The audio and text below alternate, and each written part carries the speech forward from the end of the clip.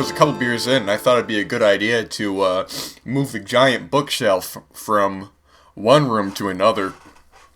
So I go to do it, not even thinking that when I go to turn, all those shelves are going to fall. Now, I'm trying to be quiet, and lo and behold, man, I turned that corner, and just crash, crash, they all just fell off, and it was just such a concoction of noise just being obliterated in such a quiet house, let me tell you. Oh my gosh, it was wild, man. But I got that moved in the other room, so it's perfect. Like, it's all set up. More space for more books, more literature to be read. This episode number 97 of the Cozy Corner of Cinema is being recorded on Friday, February 2nd, 2024 at 10:03 a.m. And my desk is just a complete mess right now. If you guys could see this, you would see just the assortment of notes, random objects. I got tons of notebooks here, tons of writings. Notes for projects. I think I don't need this one, so put that away. Yeah, it's wild as hell, man. Got my coffee here. Hot coffee, cold water. It's just fantastic. I don't mix them both. Remember, when you wake up in the morning, before you get your coffee, man, your tea or anything like that, make sure you're drinking your water, because you're going to be walking around like a goon, feeling like, I don't know why I don't have any energy. It's like, brother, you probably didn't eat or drink anything proper, When I say eat or drink, I don't mean, I had an energy drink and I'm good to go. It's like, you're going to have a hard crash, man. You have nothing to eat, nothing to drink. You drink one of those, and oh my gosh, man, I tell you, you'll get such a crash. It'll be like somebody just knocked you on your head, man. You'll be seeing double. But yeah, here we go, man. 1 month down, plenty to go. Perfect opportunity to be focusing on your goals and on your dreams, man. You got to make them come true, because ain't no one else can do that for you. So we got 1 month down. Now you can reflect on whether or not you accomplished what you wanted to accomplish. And if you did, that's great. You keep on moving forward. And if not, then perfect time to start, man. It's your life. It's a beautiful life. It's such a gift to wake up every day and get to experience just the beautiful world around us, get to experience literature and music and art and film and just everything, man. It's paintings, and it's just, you go to like you go to a museum, or you go to like a bookstore, or you go to the cinema, and you just totally revel in just life's beauty. It's something that's truly beyond words, experiences you must be experiencing for yourself to really embrace just the beauty in life, man.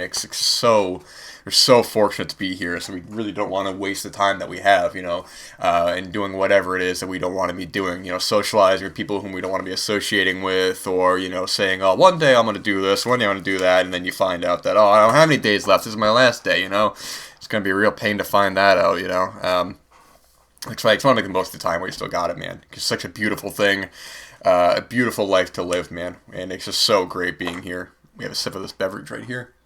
Like I always say, when you're listening to radio, you don't want to have too much silence, man. You'll be flipping the channels and like, what the hell? Ain't nobody recording? I'm getting out of here. Oh, I lost a listener. Damn, man. I just had a quick drink really quick. But I guess usually they have co-hosts and stuff, but that's alright. This is a one-man show, ready to go.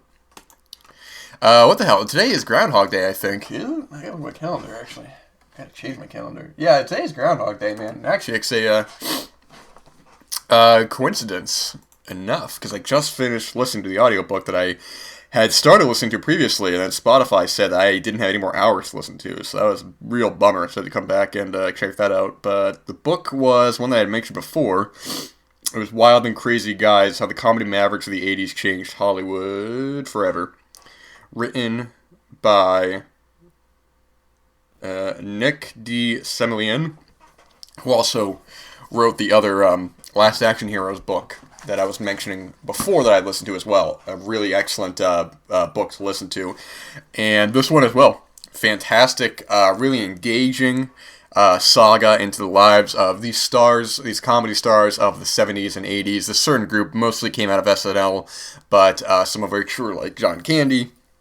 He came out of like SCTV and Rick Moranis and stuff, and it just like the Last Action Heroes book, it goes it kind of jumps around a little bit between person to person, talks about the successes, the failures they're going through, budding egos like Chevy Chase and Eddie Murphy just having really wild egos and being kind of difficult to work with, and then you got guys like John Candy who are just really just total just total warm teddy bears, man. They're just great guys, and Dan Aykroyd is he has all these really crazy ideas for movies, and then he's got to like kind of hone it in, and it's just great, man. It's a wonderful kind of portrait into the lives and era of these people. It only goes up to like the early '90s, I believe. I think it goes up to like, from what I can remember, kind of ends around Nothing But Trouble, the Dan Aykroyd directed film with John Candy, Chevy Chase, Demi Moore, and Dan Aykroyd as well, starring, playing multiple roles. I've never seen that film, and because it's great, because a lot of these films in this book, I'm not as familiar with a lot of the '80s comedies. I mean, when I say I'm not as familiar, and I haven't seen them, not that I've never heard of them, because they're very populist films, they're all Hollywood films, they're pushed onto the public, but like a lot of the big ones, they were being listed like Nothing But Trouble, like Fletch, like, now I'm trying to think, actually, because now some of them I have seen, I'm thinking about, Little Shop of Horrors, like a lot of these I haven't seen, it's never, 80s comedies aren't my go-to, not that I have anything against them or anything like that, they're just not the ones, if I'm going to watch a film, it's not the one I'm gonna jump to immediately first. So that goes for a lot of 80s films in general. I'm not really a big 80s kind of comedy horror guy, and that's ridiculous to say that I don't like any of them, because that's just, of course, I would never say that. I'm saying that's not my go-to decade to jump to. But even still, a lot of these films are going to be watched for purely contextual sake. I'm not going to be watching these to get some sort of a petty amusement out of it. That's just nonsense. I got so many other films to watch. I have so much to do.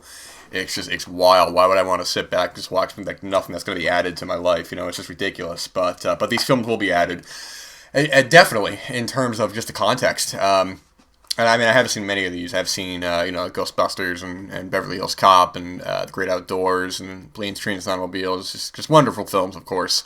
But these will definitely be watched at some point along the way.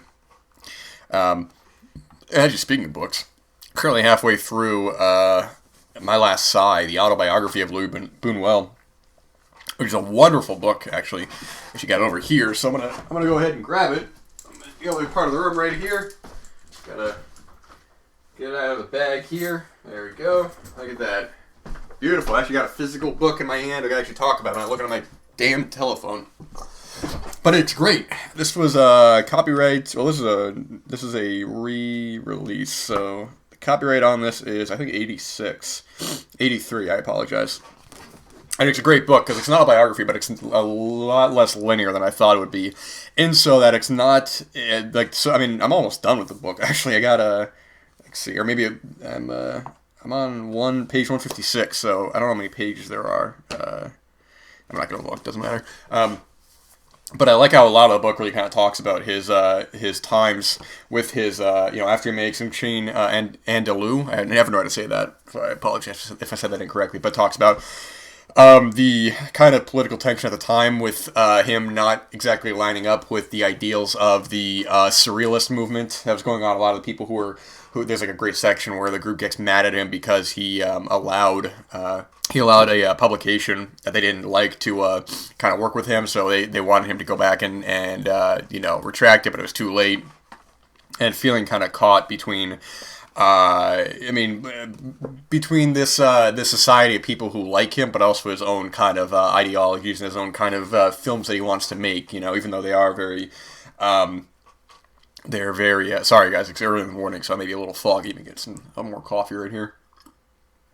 They are supportive of his films, like The Age Door, which I haven't watched yet. But there was one section I wanted to actually read for you. I gotta go back a little bit because it's in reference to the 1968 student protests in France that I think Bunuel has the strongest writing about, because I read about. Sorry, I'm trying to. Yeah, here we go. Okay, this is the section I want to read. Because I recently read biographies on Truffaut and Godard, and Truffaut and Godard are very different personalities, and that would ultimately lead into a fracture of their friendship. Godard being upset with Truffaut that he politically he didn't totally align with him, and also the films he was making were not what Godard had in mind. I mean, Godard is a genius, but that book that I read about him, he could be very cold, and he could be turn his back on a lot of friends, and how he kind of persuaded Jean-Pierre Léaud from Truffaut's work over to Godard's, because they politically they aligned more. Like, I'm thinking, I recently watched Le Chinois, and Léaud's in that film as well, which is also a very good film as well. That's a really interesting satire about these students being held up. And but anyways, I wanted to read this one point that I thought Bunuel has a really great take on. I don't know if I'm going to read the whole thing or not, because Godard felt very strongly about that. That's why I bring that up in context. But here he says, at this point, our work on the film had ground to a halt, and I had found myself alone in Paris, like a curious but uneasy tourist. I didn't know what to do with myself. Tear gas made my eyes sting when I crossed the Boulevard Saint-Michel. There were many things I just didn't understand, like why the demonstrators were shouting Mao, Mao, as if they were really demanding that France adopt a Maoist regime. Normally reasonable people lost their heads, and even Louis Mao, a very dear friend, became the leader of some action group. He spent his time organizing his troops for the final assault, and even ordering my son, Juan Louis, to shoot the minute the cops turned the corner. Had he obeyed, he would have been the only victim of the guillotine during the revolution. The city was filled with serious debate as well as complete confusion. Everyone was seeking his own revolution, with only a small lantern for a guide. I told myself that if this had been happening in Mexico, it wouldn't have lasted more than 2 hours, and there would surely have been a few hundred casualties to boot, which is exactly what happened, of course, in October at the Plaza de la Tres Culturas. And yet in Paris, a week later, everything was back to normal, and the great, miraculously bloodless celebration was over. So yeah, that's great, man. That's fantastic. Great stuff so far, though. Definitely enjoying this. Louis Bunuel is a filmmaker who I've only grown appreciation for more and more over time. The first time I saw of his, The Discreet Charm of the Bourgeoisie, I remember not totally warming up to. And in subsequent films, getting an idea for his feel and some of his a lot of his underlying comedy, and especially reading this, getting some context to a lot of his films, because this isn't going through his films. This is talking about just his life at this point, while referencing events that would eventually make their way into his films, like some dream sequences, or he talks about the fallout of the main actress in, was it The Phantom of Liberty? I get The Phantom of Liberty and An Obscure Object of Desire mixed up all the time. I get that I'm talking about one when I mean the other. So whichever one had the actress had to get replaced. We talked about that, but it's a wonderful book so far. Wonderful book. And even if you're not a Luis Bunuel guy, I think this is just purely for historical sake, just some of his observations about his life. There's a lot of comedy in the book, too. There's a lot of great parts in the book where he talks about going to MGM after an executive saw Liège door, and he wanted him to go to Hollywood to observe film sets and learn about directing and all that. And then on the first day, Greta Garbo threw him off the set, and he just didn't go to the MGM anymore, but he still got paid for it. So great anecdotes like that. Wonderful book. I mean, it's a breeze to read. I started it last week. I'm almost done with the thing. So, it's just great stuff. But, yeah, sorry. I'm trying to keep my throat not dry. It's like I'm trying not to polish too much, but I also got to keep the engine running, so to speak. So, let me get a note of this here. Always good to keep a notebook nearby. Whatever notes you got to take, ideas throughout the day. I always keep a notebook on me for my writing, for notes I want to take, or anything like that. It's great. Even last night, I was in the middle of watching another film, and an idea, because one of the writings that I'm working on now, which is a bigger project, and I thought of one line, and I paused the film, I took the notebook, and I quickly wrote down this line, and I was like, that's perfect. So that's going to be utilized into the writing next, when the time has come for that. Good God, nothing's going right this episode. Everything's falling apart. Losing my mind here, man. Because I always keep notes for the show, too, Keep myself in order so I'm not coming on here being like, hey, what am I going to talk about? I don't know. I'll figure it out. I did that a couple times. And those aren't the strongest kind of episodes to listen to, because it's sort of like, if you're giving me your time, you got to get something out of it, man. And not just, what's up? Nothing. It's like you talk to somebody and it's like all they do is just, you just don't have, you don't have any kind of proper conversation with them. There's nothing to get out of it. It's just ridiculous small talk of just like, oh, what did you do today? Oh, nothing. I I went to the store and I bought eggs. Oh, that's great. Yeah. Okay, bye. It's like, all right, man, that's a hell of a conversation right there. What am I going to advance my life with? Knowing that Joe Schmo got eggs. That's great, man, you know. That's just something else. I got no problem with small talk, you know. Well, up to a certain point, it's like, brother, some people are nothing but small talk, you know. It's like, there's nothing to get out of it, you know. I've known people for years and years and years and ultimately realized I never had a meaningful conversation with them. It's like, brother, what am I getting out of this? Oh, the cats are running around. What are you guys doing? Cats are running around the house here. That's wild. It's crazy as hell, man. Yeah, keep a notebook nearby, man. I tell you. All right, we're going to talk about... Pull up the IMDb page right here. We're going to talk about a film from 1964. Let's see, I got my notes right here. It's great. I watched this film a couple weeks ago, and I have my notes for it, so I'll be able to be prepared and talk about it. From director Jan Nemec, Diamonds of the Night, 1964. I recorded this off TCM, unfamiliar with the film. A lot of oddities, odds and ends like that. I will go forth in recording, and it was great. It's only 67 minutes, so I was like, that's perfect. I can watch this late at night. I can get some time to get some writing done, and then go to bed at a reasonable hour. Because you want to plan out accordingly. You know, if it's like, all right, I got an hour before I go to bed. You ain't going to be starting a 2.5 hour film, man. That's not going to happen. I mean, you could pause and come back to it, but I mean, I'm of the mindset of even if you start a film, the idea is to end the film in, you know, that allotted time.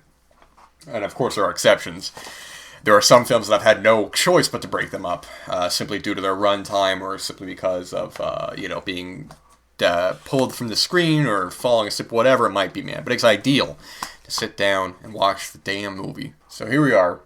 Diamonds of the Night is a non-linear experimental film following these two kids, whose names I'm going to try to pronounce. Ladislav Jansky and Antonin Kambera. Takes place in Nazi, I think it was Nazi Germany, but I don't remember if they specified or not.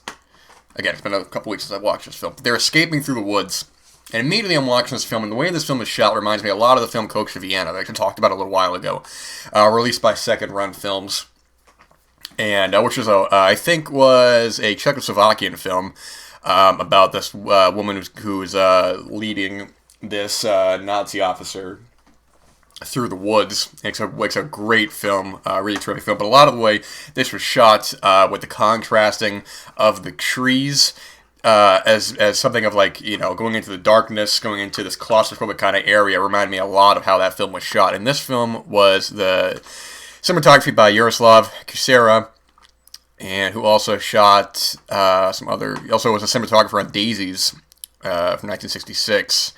As well as a lot of these films I'm not familiar. Oh, Fruit of Paradise, and well, he's done a lot. Adele has not had supper yet. Have I seen that film? I don't know if I have or not. I may have. Maybe not actually. I don't know. Doesn't matter. I'm not talking about that film. We're talking about this film, and it's a wonderfully shot film. Going into this dark landscape where it's like the woods are just a life of their own, man. It's going into, like, you know, in general, you go into any kind of woodsy area, the sun is having a harder time breaking through the trees, especially shot in gorgeous black and white here. It's this impending force that it's sort of like there is no escape. You're either out in the light and the Nazi's going to come after you, or you're in these woods just surrounded by darkness. It's a haunting sight. And the film is somewhat non-linear in the fact that we are following them going through this journey, but at the same time it does cut back to a lot of points in the film that may or may not be in order of how they got to where they are, them getting captured, you know, later on in the film, reflecting back on earlier sequences of the film that at one point in the middle, it's like, wait, is this where the film started out, or what's going on here? But it ends up just being another parts of the story itself. But it's a wonderfully shot film, man. It's a film where it's sort of like, it almost feels sort of, hallucinogenic at times. One of the most famous shots in the film being covered in ants, and you know, the actors are really just covered in tons and tons of ants. And they one of the characters opens up his eyes, it's a close-up shot of his face, and they're all over his eyes, and it cuts, and he's wiped them all off, and they're completely gone, man. It's like, you know, back then when they were just putting like, hey, you know what, you know, nowadays actors are like, if you got an animal on me, make it CGI or anything like that. Don't I don't want a real animal on me, and probably for safer reasons, you know, it's sort of like. Probably can't put like real, you know, animals on people and stuff like that. But back then, they were just throwing ants on people and stuff. I mean, geez, look at all those animal attack movies, man. They were just like, just throw a bunch of spiders out there. It's fine. It doesn't matter, man. Just blow up rats. It's just wild as hell, man, what they were doing back then. But in a different time and place. Can't compare the sentiments of 1964 to current day. But the great camera work as well. I mean, the opening of this as well is just one long, great tracking shot, and it's beautiful. Just like very smooth going through the woods, following these two. It's greatly shot, and for a movie that's only 67 minutes, I mean, it really does kind of, it doesn't waste really any time. And when I say it doesn't waste any time, I'm not saying there's a clear kind of narrative there where it's like I have to hit all these story beats and I'm not going to spend any extemporaneous time on it. Extemporaneous, I'm sorry. It's more so the fact that it doesn't feel like your time is being wasted. It feels like you're actually getting something out of the film. You're actually sitting there on this journey with these people wondering, damn, what the hell is going to end up with this? Because you talk about a saga of a film, and a lot of films you can talk about characters going on this long, long journey and long reflecting in the runtime as well. To look at a film like, I've heard comparisons to Come and See, and I don't think that's really adept for this. I mean, same thing when I was talking about the film Dead Man's Letters. I don't think that's a very, I don't think there's a very strong comparisons above the kind of shallow aspects of it. In terms of just very surface level observations, but that Come and See that's about 2.5 hours. I mean, even Dead Man's Letters, it's an hour and a half and all that. But this film, because it's coming in at a 67 minutes runtime, it feels very, it feels like a journey, but it also feels very complete. It feels like when you get to the end of the film on this, it could easily go on for more, but by choosing not to, it adds its own kind of bleak quality to it. It's sort of like it's a bleak film, but it's not a dour film. It's just about these characters. And there's also not a lot of dialogue in this film, too. So a lot of the times the characters are reacting just with their body movements and all that. Like, there's a great sequence in the middle where they're being... it's a very kind of slower sequence where they're being shot at going up a hill, and it feels very arduous, where it feels like they're kind of struggling to get up this hill, and they're not, in a real situation like that, you're not worried about talking about, hey, this or that, you're talking about, your only main focus on that is getting the hell out of that situation, you're not talking to somebody else. It's funny, I was watching a film recently, and, these characters go through this big, epic kind of event, and they just barely get away with their lives, and it's like, oh my gosh, and then at the end, they're cracking a joke, and I'm like, damn, man, what the hell's going on here? It's like, you just got out of this life or death situation, you're cracking jokes, what the hell's going on? Maybe it's granted, that's a big Hollywood kind of action film, so I'm not comparing that to this film, but I'm just saying, the contrast of these characters in these dire situations, it's sort of like, damn, man, what the hell's going on here? But it's great, man. It is great. The whole third act and in the house, there's probably the longest sequence in the film, the longest soul sequence, has interesting editing on that, where the dialogue is not matching up with the actor's lips, intentionally so, where you're not watching it going like, what the hell, that doesn't match at all. It adds to the hallucinogenic state, and it's this prolonged kind of sequence. You're wondering what the hell is going to happen at the end of this. And it's a film that you watch when it's over, you actually feel fulfilled. You actually feel like, damn, man, that was a piece of art. I just watched a great film, and this is a great film. Now, I did watch this off of TCM, and I wasn't aware that this does have a Criterion as well, a Criterion Blu-ray, so I'd be picking this one up at some point down the line. It's definitely on my radar now, especially for which to watch the special features on this. I'd love to read up on smarter men and women than I who can give better insight to this film. And Jan Nimick he passed away in 2016, but he was still making films up to 2016, which is wonderful. He did The Wolf from Royal Vineyard Street from 2016, and this film Heartbeat 3D in 2010. First Czech movie made in 3D is a political mystery thriller without suspense, in which organ transplantation serves as an allegory of political manipulation. It has no ratings on here, so I wonder the availability of it. So that'll be kept in mind going forward. So Diamonds of the Night, 1964. It's a wonderful film. In the conversation, I also recommend Coach to Vienna, which I still feel like is not talked about as much, but is also a wonderful, great film. Similar kind of tone to this film. It reminds me a lot of, because the visuals in this film remind me a lot of that. So both wonderful films in that regard. So all right, cross that out here, and talk about another film I watched recently from Mr. Roman Polanski, 1988, one of his latter films of this era. 1988, Harrison Ford and Betty Buckley, as well as Emmanuel Signer, who I think is actually married to Polanski now, or at least has been in quite a number of his films. I don't know. I think she is married, but don't quote me on that. She's a great actor, too. We got Frantic from 1988. I'm watching all these films, man, about dudes losing their dudes losing their wives. I was talking about Dying Room Only, and then I was talking about, not quite in the same regard, but sort of in the same, Remember My Name, I talked about a little while ago. And now I'm talking about this film, Frantic, starring Harrison Ford. Now, this is an era of Harrison Ford that I love. You know, when I'm talking about these actors, I talk about Harrison Ford or Samuel L. Jackson, or a lot of these actors who I feel like at a certain point sort of started playing. They became less of actors and more of the personalities into their films. You know, it's sort of like I look at eras like this of Harrison Ford and later on from like Sam Jackson, like in the 90s, really before like Pulp Fiction and stuff, or really around that time, even movies like The Red Violin. And I mean, he's just doing it actually felt like different roles for the actor. And you know, Sam Jackson is still a great, wonderful actor. I mean, of course, he still does great, brilliant roles. I mean, he's excellent in The Hateful Eight. Him and Walton Goggins have just one of Tarantino's just strongest sequences of his entire filmography. It's just so brilliantly done. But he's an actor who I do feel like he started playing a lot of himself in a lot of films, and Harrison Ford as well, because here he's so great in this film. And we have Harrison Ford. He's going to Paris with his wife for this business conference, and he's like, "Oh damn, man, we got the wrong suitcase. What the hell's going on here?"